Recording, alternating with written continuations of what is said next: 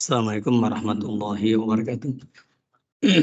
Innal hamdalillah nahmaduhu wa nasta'inuhu wa nastaghfiruh wa na'udzu billahi min shururi anfusina wa min sayyiati a'malina. May yahdihillahu fala mudilla lahu wa may yudlil fala hadiya lahu. Asyhadu an la ilaha illallah wa la syarika lahu wa asyhadu anna Muhammadan abduhu wa rasuluhu alladzi la nabiyya ba'dah. Amma ba'd.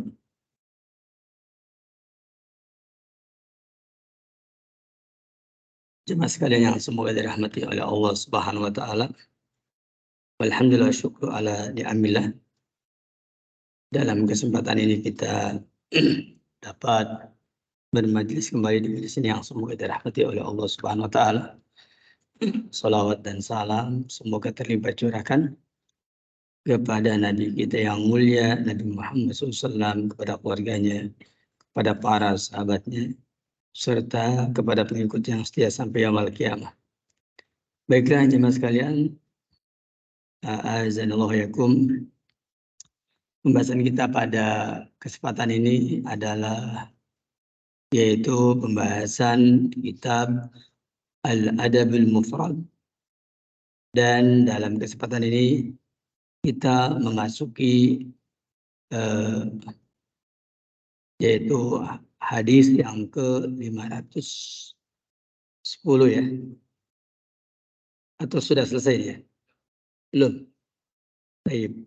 Qala al-mu'allifu hafidhahu ta'ala. Qala al-mu'allifu ta'ala, yani qala al-imam al-Bukhari ta'ala, hadatsana Ahmad bin Isa wal hadatsana Abdullah bin Wahb wal akhbarani Hisam bin Sa'din an Zaid bin Aslama an Atha ibn Yasar an Abi Sa'id al-Khudri annahu dakhala ala Rasulillah sallallahu bahwasanya Abu Sa'id al-Khudri pernah masuk kepada Rasulullah SAW, ya, wa huwa mau'ukun, Rasul dalam keadaan mau'uk, yakni mahmum, artinya demam, ya, Rasul dalam keadaan mau'uk atau mahmum, yaitu dalam keadaan demam.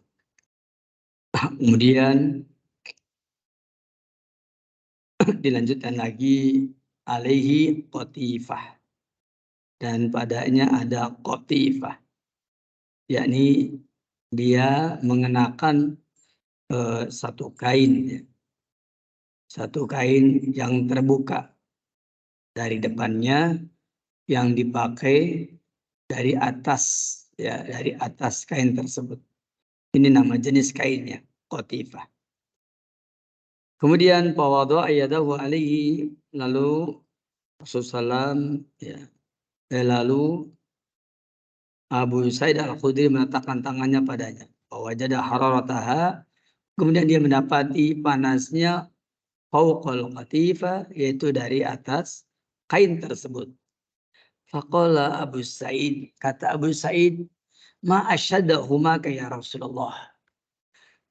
Duhai betapa panasnya wahai Rasulullah. Ya, betapa panasnya wahai Rasulullah. Qala, maka dia menjawab, inna kadzalika, sesungguhnya kami demikianlah, yashtadu alaina al-bala, bahwa kami mendapatkan bala lebih dahsyat, wa yudha'afu lana al-ajru, dan kami pun mendapatkan lipatan pahala. Artinya Rasulullah SAW itu mendapatkan lipatan pahala karena memang balanya juga sangat hebat, sangat dahsyat. Ya, karena balanya sangat dahsyat, ya otomatis seperti itu. Ini semuanya sesuatu yang tidak heran karena memang begitulah keadaannya. Faqala, maka dia berkata Rasulullah SAW, ayun nasi asyaddu balaan, kata Abu Sa'id Al-Khudri, siapakah orang yang paling hebat bala bencananya? Qala, Rasul menjawab, al-anbiya, para nabi. Summa salihun, kemudian orang-orang yang saleh. Faqad kana ahadukum yubtala bil faqri. Dan sungguh salah seorang dari mereka ada yang diuji dengan kefakiran. Hatta ma yajidu ila al-aba'ah yajubuha fayalbasuha. Sehingga, ya, dia tidak mendapatinya kecuali al-aba'ah, yaitu kain yajubuha yang membungkusnya, kemudian fayalbasuha, maka dia pun memakainya. Kemudian diterangkan di sini, ya, bahwa wajib ta'ala bil kummal, bahkan dia pun diuji dengan kummal, ya. Dan diterangkan bahwa hatta yaqtulahu, sampai dia membunuhnya, yaitu dia diuji dengan satu jenis penyakit yang sampai membunuhnya. Wala ahaduhum kana asyada farahan bil bala, dan sungguh salah seorang di antara mereka sangat gembira dengan bala. Ya, min ahadikum, daripada salah seorang di antara kamu, bil atau mendapatkan atau mendapatkan pemberian. Demikian hadis yang ke-510. Hadis ini sahih, dan hadis ini diriwayatkan oleh Imam Ahmad juga di dalam musnadnya, Imam Ibnu Majah di dalam sunannya, Imam Al-Hakim dalam Mustadrak, dan ini terdapat di dalam kitab Silsilah Ahadits Shahihah. Ala kulli hal, hadis yang ke-510 ini adalah hadis yang memberikan gambaran kepada kita tentang bagaimana, ya, yang dialami oleh orang yang sakit. Kemudian dia mengatakan sesungguhnya aku sakit, apakah ini termasuk keluhan atau tidak? Sama seperti yang terjadi pada diri Rasulullah. Ketika Abu Sa'id Al-Khudri mendapatkan panas yang sangat luar biasa, maka Rasul mengatakan, inna kadzalika, sesungguhnya kami pun demikian. Bahkan yastadu alaina al-bala, ini Rasul cerita bahwa kami terkena bala yang sangat hebat. Ini kan juga cerita tentang apa yang dialaminya. Tapi ini tidak termasuk syikayah, tidak termasuk dalam keluhan. Dan dia mengatakan bayudu'afu lan al-ajr. Dan dilipatkan bagi kami pahalanya. Nah, perkataan ini tidak termasuk ke dalam kategori keluhan. Maka diterangkan fihi dalil ala annal masaib, sesungguhnya musibah-musibah, yutahharu bihal abdu, seorang hamba disucikan, dibersihkan dengan musibah, minad dunub, dari dosa-dosa. Kemudian waturfa'u darajatuhu indallah, dan derajatnya akan ditinggikan di sisi Allah Subhanahu wa taala. Yang kedua, Innal anbiya kanu asadanasi balaan. Sesungguhnya para nabi adalah orang yang paling dahsyat ujiannya. Wa kanu asbaru ala qadaillah, dan para nabi adalah orang yang paling sabar dengan ketetapan Allah. Ya ala qadaillahi wa qadarihi. Dengan qada dan qadar Allah, muhtasibina al-ajru min Allah, karena mereka mengharapkan pahala yang datang dari Allah Subhanahu wa taala. Ini adalah faedah yang terdapat di dalam hadis yang ke-510 tadi. Ala kulli hal, bahwa apa yang dialami oleh para nabi jauh lebih dahsyat dibandingkan dengan yang dialami oleh kita. Bahkan dalam riwayat yang lain, bahwa panas yang dialami oleh nabi itu sebanding dengan panasnya 2 orang laki-laki. Begitu. Dalam riwayat yang lain, kekuatan Nabi SAW itu sebanding dengan 30 kekuatan seorang laki-laki. Itu menunjukkan bahwa karena kekuatannya juga hebat, kemudian bala bencana juga hebat, sakitnya juga hebat, itu merupakan perkara yang tidak perlu mengherankan. Karena begitulah yang dialami oleh mereka, yaitu para nabi dan rasul. Mereka seperti itu. Selanjutnya, jemaah sekalian, kita masuk ke bab 230. Judulnya Babu ibadatil mugma alaihi. Babu iyadatil mugma alaihi. Bab tentang menengok orang yang mugma alaihi, yang pingsan. Di sini didatangkan hadis yang ke-511 dan derajat hadisnya, yakni hadis ini diriwayatkan Imam Bukhari juga dalam kitab Al-Marda, bab iyadatil mugma alaihi. Bab tentang menengok orang yang pingsan, dan juga terdapat dalam Imam Muslim dalam kitab Faraid, bab mirasil kalala, bab tentang warisan orang yang kalalah, yaitu orang yang tinggal mati dan tidak mempunyai anak, tetapi dia cuma mempunyai saudara, namanya kalalah. Adapun riwayatnya, qala al-Imam Al-Bukhari hadatsana Abdullah bin Muhammad qala hadatsana Sufyan an Ibnu Munkadir sami'a Jabir bin Abdullah yaqul, aku dengar Jabir bin Abdullah berkata, maritu maradan, aku sakit. Fa'atan ya Nabi SAW, lalu Nabi SAW mendatangiku. Ini kata Jabir bin Abdullah, aku sakit, Nabi SAW mendatangiku. Ya'uduni, Nabi SAW mendatangiku.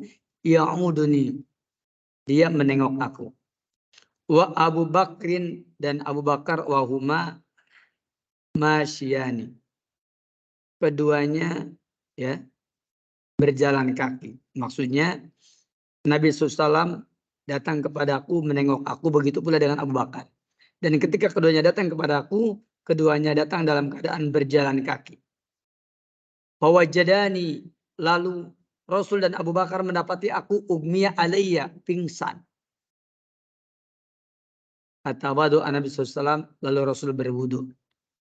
Summa sobba wadu'ahu alayya. Lalu dia menuangkan. Menumpahkan wadu'ahu alayya. Ini bukan wudu'ahu tapi wadu. Dia menuangkan air wudunya kepadaku. Ya, fa'afaktu, lalu aku pun menjadi sadar.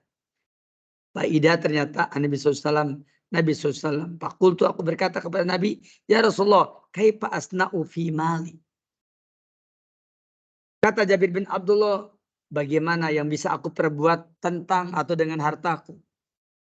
Kaifa aqdi fi mali, bagaimana aku yakni menetapkan ya hartaku. Balam yujibni bisyai, maka Rasul tidak memberikan jawaban kepadaku sedikit pun. Hatta najalat, sampai turunlah ayatul miras, ayat tentang warisan. Ini adalah dalil yang menerapkan kepada kita tentang apa? Menerapkan kepada kita tentang bahwa orang yang pingsan maka berhak untuk dikunjungi, berhak untuk ditengok. Itu menunjukkan bahwa pingsan merupakan salah satu bagian dari penyakit. Kalau orang tidur ya ditengok, enggak ada dalilnya orang tidur ditengok. Dalam pengertian ditengok sebagai orang yang sakit. Tetapi kalau al-mughma alaihi ini menunjukkan bahwa pingsan itu dengan sebab ada sesuatu yang menyebabkannya karena suatu penyakit. Makanya pingsan itu bagian dari orang yang sakit. Oleh karena itu, di dalam kitab Sahih Bukhari, itu Imam Bukhari memasukkannya ke dalam Kitabul Mardo, kitab orang-orang yang sakit. Maka di antara orang yang sakit adalah orang yang pingsan. Orang yang pingsan termasuk orang yang sakit. Begitu. Adapun Imam Muslim memasukkannya dalam kitab Al-Faraid. Karena berbicara tentang apa? Turunnya ayat waris ketika Jabir bin Abdullah bertanya tentang bagaimana yang bagaimana yang bisa dia perbuat berkaitan dengan hartanya. Maka Rasul diam karena belum ada ilmu. Kalau Rasul diam belum ada ilmu, yakni tidak berani menjawab, apalagi kita. Kalau Rasul ada diam dan tidak memberikan jawaban, apalagi kita. Ini dalil bahwasanya kita seyogyanya jangan sembarangan menjawab sampai kita memiliki ilmu. Kalau kita tidak memiliki ilmu, maka seyogyanya tidak menjawab. Apa faedah dari hadis ini? Fadilatu iyadatil marid wastibabul masih fiha. Keutamaan menengok orang yang sakit. Dan juga sunnah berjalan kaki ketika menengok orang yang sakit. Disukai berjalan kaki menengok orang yang sakit. Yang kedua, duhuru athari barokat Rasulullah. Yang kedua, tampak adanya jejak keberkahan Rasulullah. Barakallahu. Keberkahan ini karena Rasul masih hidup. Ya, barokah atas jejak-jejak Rasul, asar Rasul, bekas-bekas Rasul itu ketika Rasul masih hidup. Adapun kalau Rasul sudah meninggal dunia, maka tidak ada lagi barokah seperti yang tadi diterangkan. Kecuali yang ada dalilnya. Yang ketiga, taharatul ma'al musta'mal. Yakni air musta'mal itu suci. Di dalam berwudu dan juga di dalam mandi. Oleh karena itulah, apakah air yang bekas digunakan berwudu, apakah air yang bekas digunakan untuk mandi, maka tetap suci. Maka tidak benar dan tidak tepat kalau air mustakmal dikatakan najis. Atau paling tidak dikatakan makruh. Karena sesungguhnya Rasulullah SAW yakni telah menjadikan air mustakmal sebagai sesuatu yang tidak dianggapnya sebagai sesuatu yang najis. Oleh karena itu maka kita tentu saja mengikuti apa yang diamalkan oleh Rasulullah. Kemudian yang keempat, jawaju wasiat lil marid wa in kana yadhhabu aqluhu. Bahwa boleh saja orang yang sakit itu berwasiat. Boleh saja orang yang sakit itu berwasiat. Sekalipun hilang akalnya, fi ba'di awqatihi pada sebagian waktunya. Yaitu dengan sebab pingsan. Tadi Jabir bin Abdullah setelah pingsan, dia siuman, kemudian dia berwasiat. Bolehkah ini? Boleh. Bukankah sempat hilang akalnya? Iya, tapi tidak permanen. Sebagian dari waktunya. Bisarti antakunal wasiat, syaratnya wasiatnya adalah pihali ipakotihi. Syaratnya bukan ketika dia pingsan. Bukan ketika dia tidur. Bukan ketika dia mati suri. Tapi yaitu pihali ipakotihi. Ketika siuman. Ketika sadar.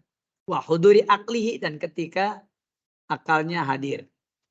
Demikian faedah dari bab yang ke 230 dari hadis yang ke 511 yaitu tentang babu datil mugma ali, bab tentang ditengoknya orang yang pingsan. Dan saya ulang lagi, dengan ditengoknya orang yang pingsan berarti pingsan adalah penyakit atau pingsan disebabkan karena suatu penyakit, begitu. Selanjutnya bab yang ke-231, babu iyadatis sibyan, bab menengok anak kecil. Maksudnya yang ditengok yang sakit itu bukan hanya orang besar. Anak kecil pun kalau sakit maka hendaklah ditengok. Hadis yang ke-512, qala al-Imam Al-Bukhari ta'ala hadatsana Hajjajun qala hadatsana Hamad an Asim al-Ahwal an Abi Sufyan an-Nahdi an Usama ibn Zaid dari Usama bin Zaid. Abu Usman An-Nahdi bercerita dari tentang Usama bin Zaid. Anna Sobyan libnati Rasulullah saqula. Sesungguhnya ya seorang anak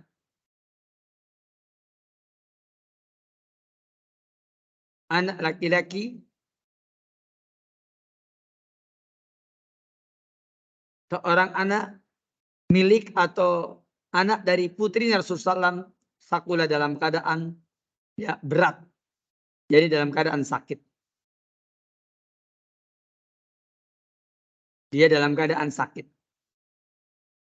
Kemudian diterangkan di sini, faba'asat ummuhu, ibunya mengirimkan ila Nabi SAW, kepada Nabi SAW. Karena apa? Karena sakitnya berat. Anna waladi fil maut, sesungguhnya anakku dalam keadaan sakaratul maut. Faqala li Rasul, maka utusan tersebut berkata kepada Rasul. Ya. Faqala li Rasul, maka Nabi Muhammad berkata kepada utusan tersebut, idhab. Faqala li Rasul, maka Nabi Muhammad berkata kepada utusan tersebut, idhab, pergilah kamu. Fakulah, katakan kepada putriku, innalillahi ma'akhoda. Ya. Ternyata anaknya ya sudah meninggal dunia. Innalillahi ma'akhoda, sesungguhnya milik Allah apa yang diambil. Walahu ma'ato, dan kepunyaan Allah apa yang Allah berikan. Wa kullu shay'in indahu ila ajali musamma, dan segala sesuatu di sisi Allah ada batas waktunya. Fal tasbir, maka hendaklah dia putriku itu sabar. Wal tahtasib, dan hendaklah dia putriku itu meminta apa? Meminta pahala yang datang dari Allah. Faraja ar-Rasul, lalu utusan tersebut pulang kembali. Fa akhbaroha, lalu utusan tersebut mengabarkan kepada putrinya Rasulullah. Kemudian fa ba'asat ilaihi, lalu dia pun mengutus kepada Rasulullah, tuksimu alaihi, sambil bersumpah padanya, lama ja'a, ketika dia datang. Faqama Rasulullah fi nafarin min ashabihi, maka Nabi SAW berdiri pada sekumpulan dari para sahabatnya, minkum di antara mereka, yakni ada Sa'ad bin Ubadah. Kemudian Pak Akhwan as-Sobiyah, Nabi SAW kemudian memegang ya as-Sobiyah, bayi tersebut. Fawaddu'ahu, lalu beliau meletakkan baina sadu wataihi, yaitu beliau meletakkan ya di antara sadu wataihi, yakni sandawatani ya lirrajul kasadiani lil mar'ah. Maksudnya adalah yakni dua susu laki-laki seperti dua susu pada wanita. Dan ketika itu apa? Ketika itu dikatakan ya wali sodrihi qoqatun, maka dada Rasulullah yakni qoqatun, ada suara gemuruh kakoati ya as-sanati, maka di sana ada suara gemuruh ya, suara gemuruh seperti gemuruhnya yaitu keribah yang mana dalam keadaan panas ya, dalam keadaan panas. Dan ketika itu apa yang terjadi? Artinya betul-betul bergemuruh pada dadanya. Kemudian pada ma'at aina Rasulullah pun dua air matanya berlinang. Faqala Sa'dun, Sa'ad berkata, atabki ya Rasulullah, apakah engkau menangis? Wa anta Rasulullah, sedangkan engkau adalah utusan Allah. Maksudnya, kok engkau menangis ya Rasul? Bukankah engkau adalah utusan Allah? Kenapa ketika ada yang mati kok engkau menangis? Ketika cucumu mati kenapa engkau menangis? Faqala, kata Rasul, innama abki rahmatan laha. Kata Rasulullah, sesungguhnya aku ini menangis karena sayang kepada ya, kepada ya anak ini. Ya, ini adalah air mata rahmat, air mata kasih sayang. Innallaha la yarhamu min ibadihi ila ar-ruhama. Sesungguhnya Allah tidak akan menyayangi dari para hambanya kecuali orang-orang yang penyayang. Artinya, Nabi kita yang mulia itu menangis ketika cucunya itu meninggal dunia. Itu bukan karena apa?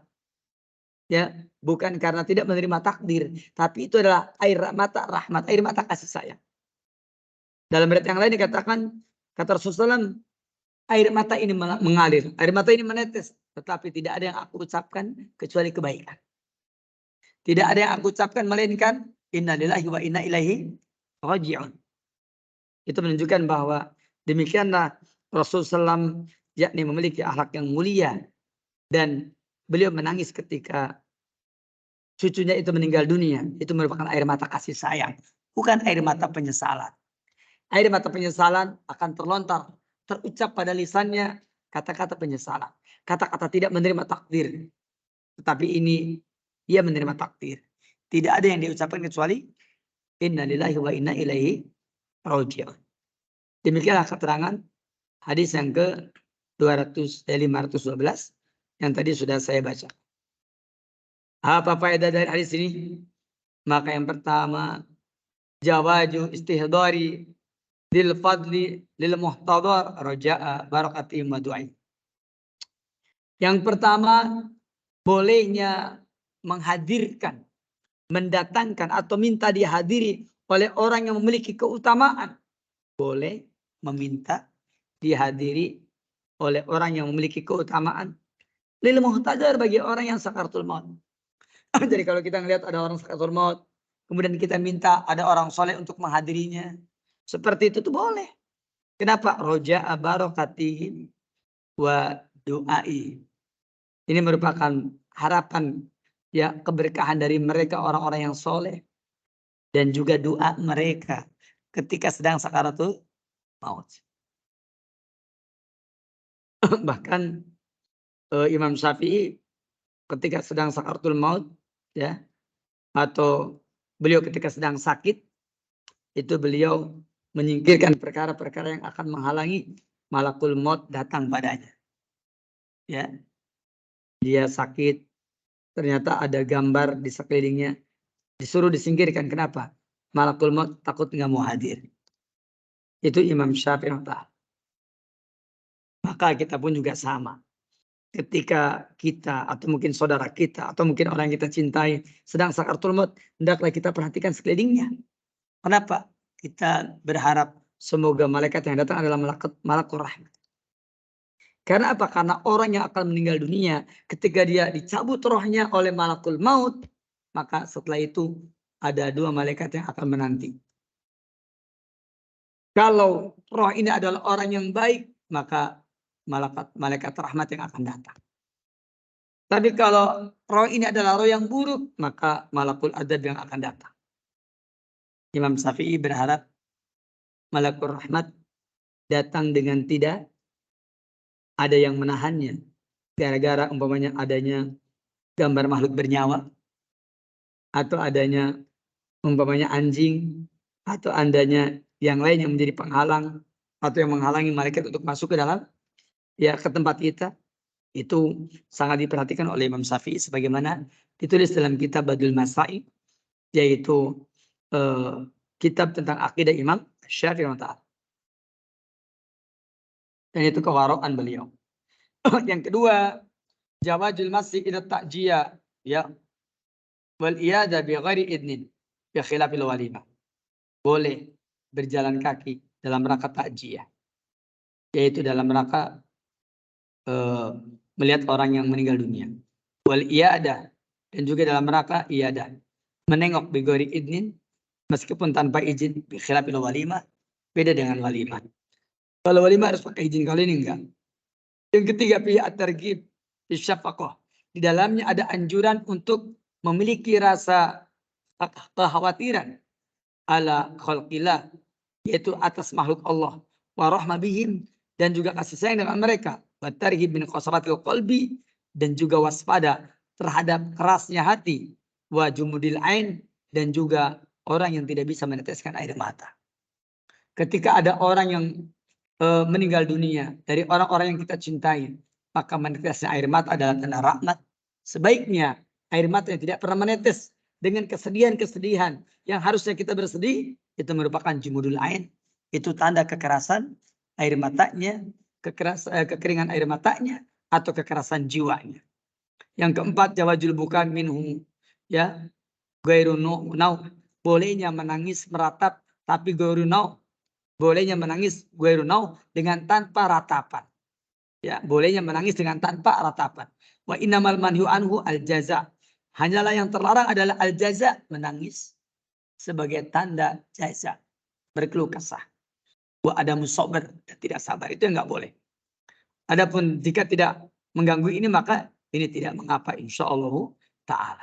Demikian penjelasan tentang hal tersebut, yaitu bab yang tadi sudah saya bacakan, ya bab yang ke 231 dengan babnya adalah bab yang dengan hadis yang ke 512.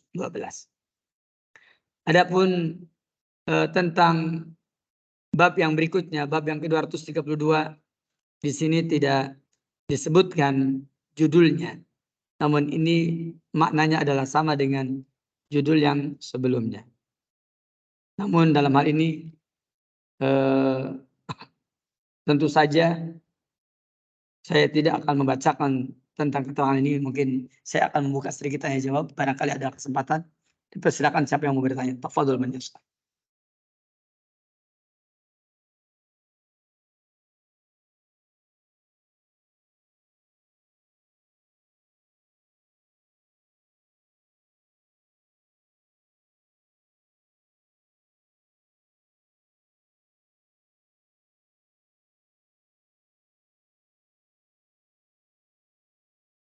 Assalamualaikum.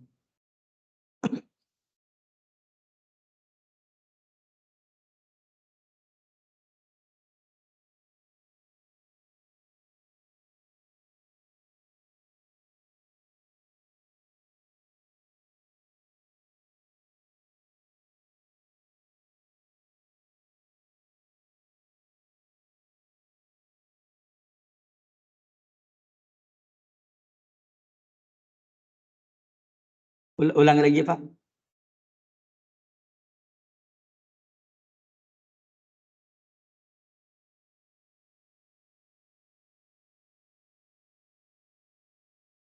Iya.